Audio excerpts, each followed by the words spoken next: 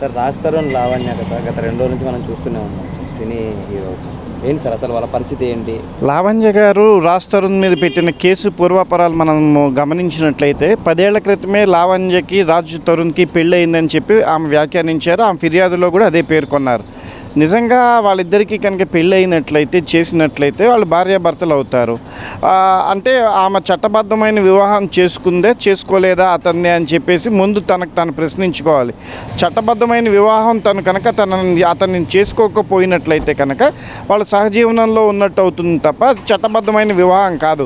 చట్టబద్ధమైన వివాహం అయితే వాళ్ళు భార్యాభర్తలు అవుతారు. సహజీవనం వాళ్ళు చేస్తూ ఉన్నట్లయితే కనుక ఆమె ఏదైతే సెక్షన్ 493 అని చెప్పి పెట్టిందో ఆ సెక్షన్ వర్తించదు. ఎందుకంటే చట్టబద్ధమైన వివాహం అయినా ఆ సెక్షన్ వర్తించదు.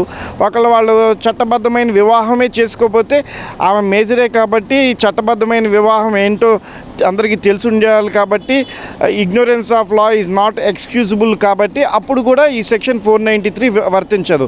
అంటే ఆమె పెట్టిన ఫిర్యాదులు ఏమనుంది, అతను నన్ను పెళ్లి చేసుకున్నాడు 10 ఏళ్ల క్రితమే, ఇప్పుడు కొత్తగా స్నేహితులు పరిచయం అవటం వల్ల తనను విస్మరిస్తున్నాడు తను అని చెప్పి తను ఫిర్యాదులో పేర్కొనడం జరిగింది.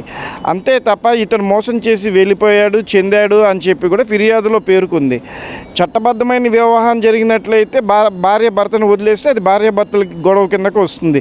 అసలు వివాహమే చట్టబద్ధం కానప్పుడు సహజీవనంలో ఉన్నప్పుడు అతను వదిలేసి వెళ్ళిపోతే తను కూడా సహజీవనానికి ఇష్టపడి గడుపుతోంది కాబట్టి అప్పుడు కూడా సెక్షన్ 493 అనేది వర్తించదు.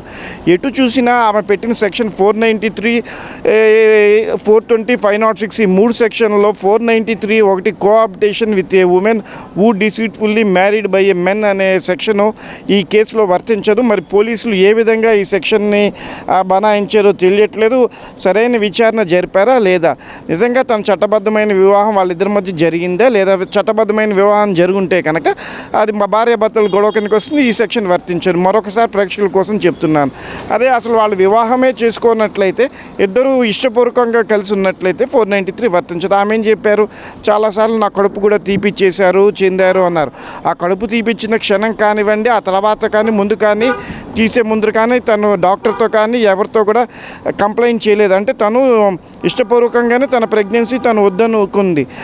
దీన్ని బట్టి మనం గమనిస్తే ఆమె పెట్టిన ఏదో తనకు బాధ కలిగింది, తను దూరం అయ్యాడన్న బాధలో పెట్టిన సెక్షన్లాగా ఉన్నాయే తప్ప ఈ సెక్షన్లు రాజ్ తరుణ్ కేసుకి అయితే 100% వర్తించవు. రాజ్ తరుణ్ నెత్తి మీద పోలీసులు పాలు పోసినట్లేనని నేను భావిస్తున్నాను ఈ సెక్షన్లతోనే కనుక విచారణ చేపట్టినట్లయితే. సార్ రాజ్ తరుణ్ కుటుంబానికి కూడా 70 లక్షలు ఇచ్చారు అని చెప్పేసి లావణ్య గారు ఫిర్యాదు చేయడం జరిగింది. దాని మీద మీ అభిప్రాయం ఏంటి?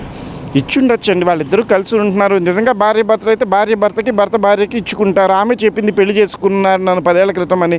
తను పెళ్లి చేసుకున్నప్పుడు భార్య భర్తల మధ్య 1.25 లక్షలు ఉంటుంది. అది ఫిర్యాదులో పేర్కొనాల్సిన అవసరమే ఉంది.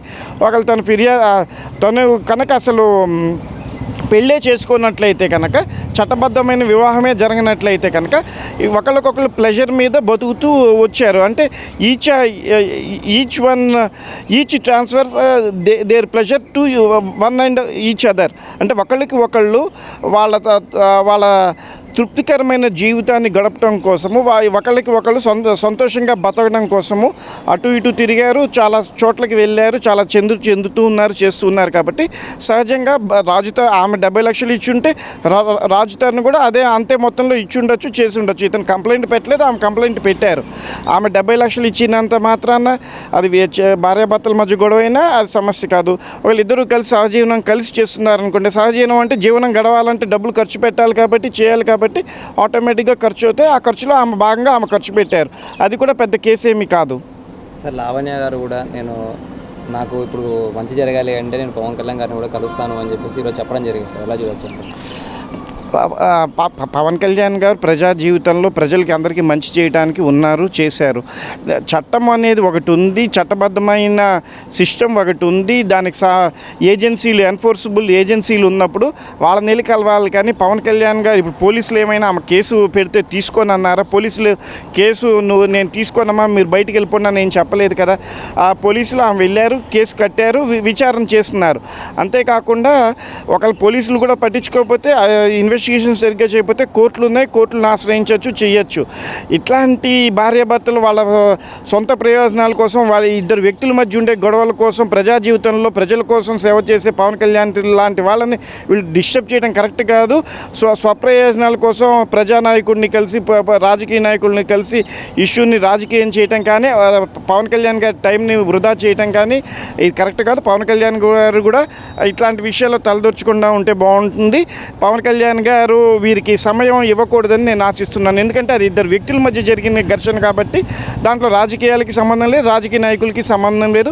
పోలీసులు ఉంది, చట్టం ఉంది, చట్టం తన పని తను చేసిపోతుంది. కాబట్టి పవన్ కళ్యాణ్ గారిని తను కలుస్తానన్న మాట తనకు తాను ధైర్యం చెప్పుకోవడం కోసం అన్న మాటగా భావించాలి.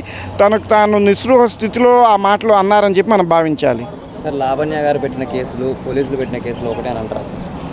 లావణ్య గారు నన్ను పెళ్లి చేసుకున్నాడు, చెందారు అన్నారు. పెళ్లి చేసుకున్నప్పుడు భార్యాభర్తలు అవుతారు కాబట్టి కోఆప్టేషన్ 493 రాదు. ఒక చట్టబద్ధమైన పెళ్ళే కాకపోతే అది మరి మేజర్ అయి ఉండి చట్టబద్ధమైన పెళ్ళి ఏదో కాదో తెలుసుకోవాల్సిన బాధ్యత లావణ్య మీద ఉంటుంది. చట్టబద్ధమైన పెళ్ళి తను చేసుకోలేదు అతన్ని అంటే తనకు కూడా ఇష్టం లేదేమో ఆ రోజుల్లో అట్లా చట్టబద్ధమైన పెళ్లి చేసుకోవాలి అని. అందుకే వాళ్ళు పెళ్లి కూడా రిజిస్టర్ చేసుకొని ఉండకపోయి ఉండొచ్చు. అంటే తన ఇష్టంతో తను పెళ్లి రిజిస్టర్ చేసుకోకుండా, చట్టబద్ధంగా వివాహం చేసుకోకుండా, మరి వాళ్ళు హిందువులు అయితే కనుక హిందూ మ్యారేజ్ యాక్ట్ ప్రకారం పెళ్లి చేసుకోవాలి. నిజంగా పెళ్లి చేసుకోవాలంటే దాని ప్రకారం తను పెళ్లి చేసుకోకుండా రాజు తరుణ్ నన్ను మోసం చేశాడని చెప్పి చెప్పకూడదు.